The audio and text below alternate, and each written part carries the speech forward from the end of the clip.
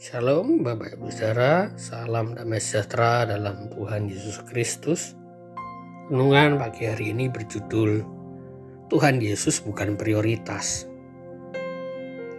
Kita baca dalam Lukas 9 ayat 28 sampai 36. Kira-kira 8 hari sesudah segala pengajaran itu, Yesus membawa Petrus, Yohanes, dan Yakobus lalu naik ke atas gunung untuk berdoa. Ketika ia sedang berdoa, rupa wajahnya berubah dan pakaiannya menjadi putih berkilauan. Dan tampaklah dua orang berbicara dengan dia, yaitu Musa dan Elia. Keduanya menampakkan diri dalam kemuliaan dan berbicara tentang tujuan kepergiannya yang akan digenapinya di Yerusalem. Sementara itu Petrus dan teman-temannya telah tertidur, dan ketika mereka terbangun, mereka melihat Yesus dalam kemuliaannya dan kedua orang yang berdiri di dekatnya itu. Dan ketika kedua orang itu hendak meninggalkan Yesus, Petrus berkata kepada gurunya, "Guru, betapa bahagianya kami berada di tempat ini. Baiklah, kami dirikan sekarang 3 kemah, satu untuk engkau, satu untuk Musa, dan satu untuk Elia." Tetapi Petrus tidak tahu apa yang dikatakannya itu. Sementara ia berkata demikian, datanglah awan menaungi mereka, dan ketika mereka masuk ke dalam awan itu, takutlah mereka. Maka terdengarlah suara dari dalam awan itu yang berkata, "Inilah anakku yang kupilih, dengarkanlah dia." Ketika suara itu terdengar, nampaklah Yesus tinggal seorang diri, dan murid-murid itu merahasiakannya.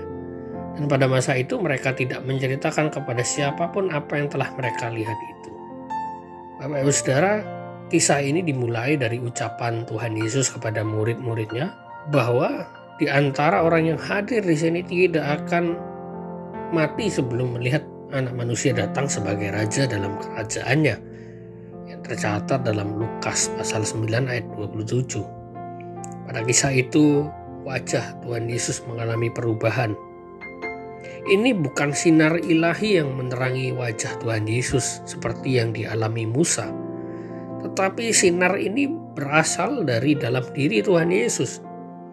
Pakaiannya juga mengalami perubahan menjadi putih, yang menunjukkan kemuliaan, kebesaran, dan keilahiannya. Dari kejadian ini ada 3 saksi mata, yaitu Petrus, Yohanes, dan Yakobus. Orang-orang yang tidak suka dengan Alkitab, yang suka mengkritik Alkitab, tidak akan percaya dengan hal ini. Mereka mengatakan bahwa Petrus, Yohanes, dan Yakobus hanya berhalusinasi saja. Tapi sepertinya tuduhan mereka sangat tidak berdasar, karena Petrus, Yohanes, dan Yakobus mereka punya tingkat komitmen yang begitu tinggi kepada Tuhan Yesus. Jadi tidak mungkin mereka berbohong, tidak mungkin mereka berhalusinasi. Jadi mustahil bahwa kalau para murid itu mau mati dihukum atas kebohongan mereka sendiri.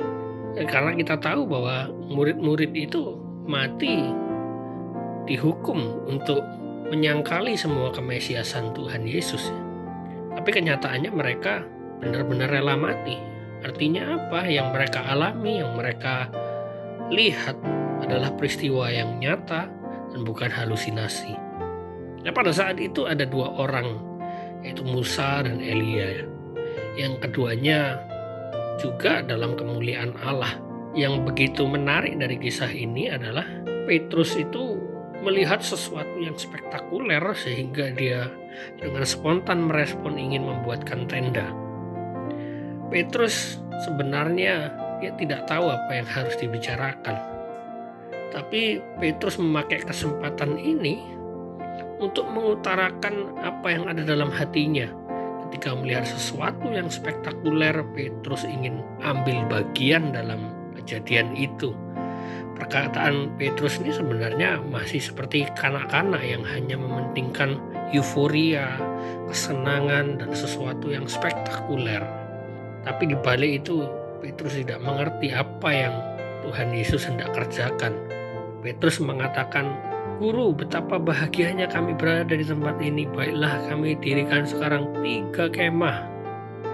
Jelas sekali bahwa perkataan Petrus ini hanya ingin memuaskan keinginan Petrus.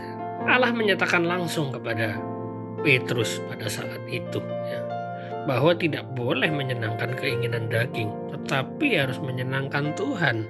Hal ini terlihat pada ayat yang ke-34 pada saat Petrus berkata demikian, Allah berkata, dengarkan dia. Maksudnya adalah jangan dengarkan suara dagingmu, Petrus.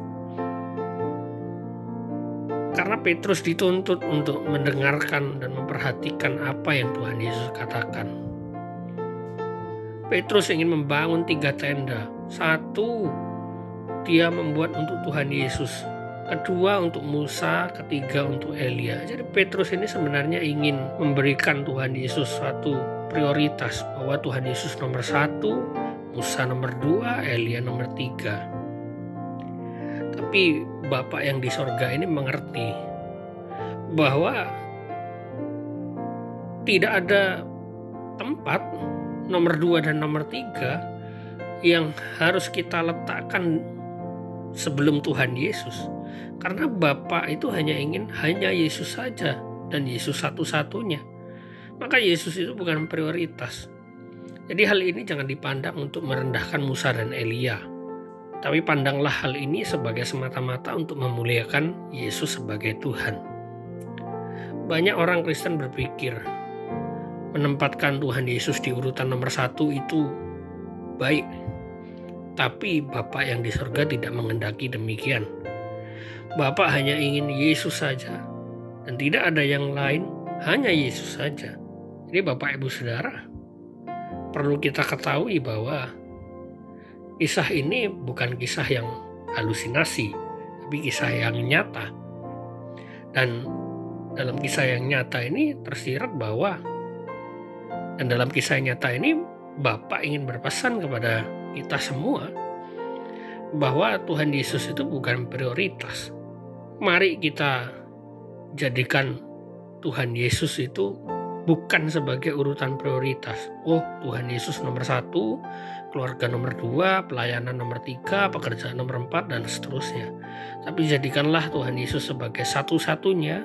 Tidak ada nomor 2, 3, dan seterusnya, tetapi hanya Yesus satu-satunya.